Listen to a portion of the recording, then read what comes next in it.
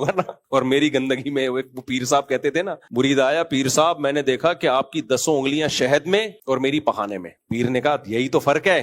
تو اس نے کہا پورا خواب تو ختم ہونے دیں, آپ میری انگلیاں چاٹ رہے تھے, میں آپ کی انگلیاں چاٹ رہا تھا. ایک آدمی تھا نا گاؤں میں, تو اس کو کسی نے آ کے بولا کہ یار تو یہاں بیٹھا ہوا ہے, تیری بیوی تو بیوہ ہو گئی ہے.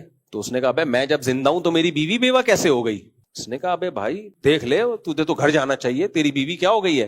بیوہ ہو گئی ہے. تو ڈانٹا چل دفعہ یہاں سے پاگل آدمی, میں جب زندہ ہوں تو میری بیوی بھی کہہ رہا ہے اس کو اور بیوہ بھی کہہ رہا ہے. تھوڑی دیر میں دوسرا آدمی آیا, اس نے کہا بھائی تو یہاں بیٹھا ہوا ہے, تیری بیوی کیا ہو گئی ہے؟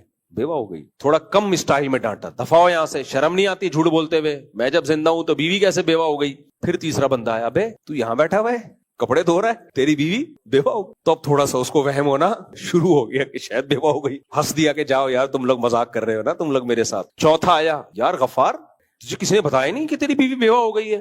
تو شروع میں تو مذاق سمجھا, جب 10 15 20 25 30 لوگوں نے کہا بھاگ رہے گھر, تکڑ تکڑ تکڑ, لوگ کہہ رہے کیا ہو گیا؟ کہہ رہے بھائی میری بیوی بیوہ ہو گئی. یہ انسان پر میڈیا کا اثر ہوتا ہے. ہمارے دوست ہیں, انگلش تو آج کل سب کو آ گئی ہے, کہہ رہے میں نے انگریز سے شادی کی ہے, تو مجھے آئے میرے پاس کہ یار کوئی میری یہاں لوکل سے شادی کرا دو, میں پھنس گیا ہوں شادی کر کے. میں نے کہا کیوں؟ کہتے یار انگلش بہرحال مدرز لینگویج نہیں ہے ہماری. کہہ رہے جو آدمی اپنی مدر لینگویج میں جس طرح بے تکلف ہو کے گپ شپ لگاتا ہے وہ دوسرے کی زبان میں نہیں ہو سکتا. وہ کہ نہیں ہو سکتا وہ. تو میں نے کہا پھر اب وہ چھوڑے گی تمہیں, وہ انگلش میں مارے گی تمہیں.